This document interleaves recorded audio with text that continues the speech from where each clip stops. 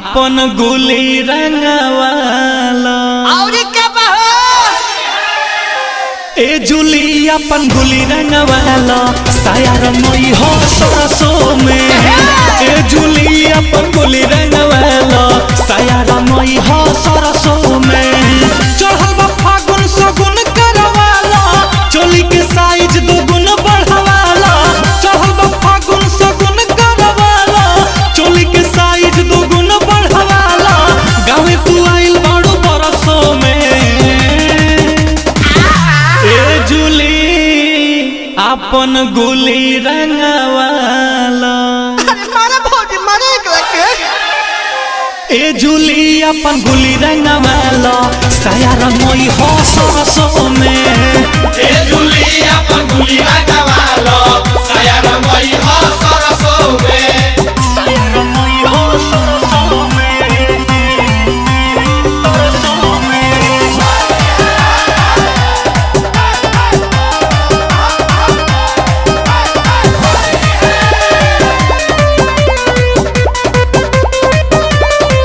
ढुकी जेने तेने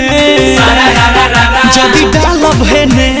होली है ढुकी जेने तेने जदी डालब हेने जाई ऊपर से नीचे हो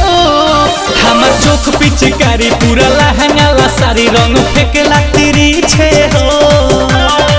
अब तो होली में नहीं रिस्क रही सब प्लानिंग फिक्स रही अब तो होली में नहीं रिस्क रही सब प्लानिंग फिक्स रही समय पाया जाई तरसों में ए जुली अपन गुली रंगवाला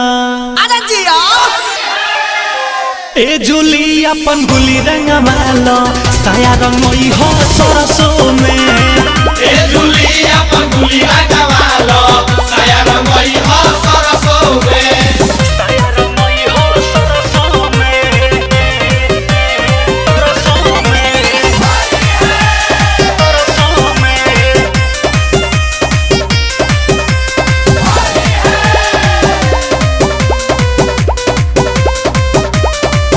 रंग ज्यादा रही पानी आधा रही होली है रंग ज्यादा रही पानी आधा रही गाढ़ा बढ़ा के डालब हो सब होई रंगीन भीतरी के मशीन तब जाके निकालम हो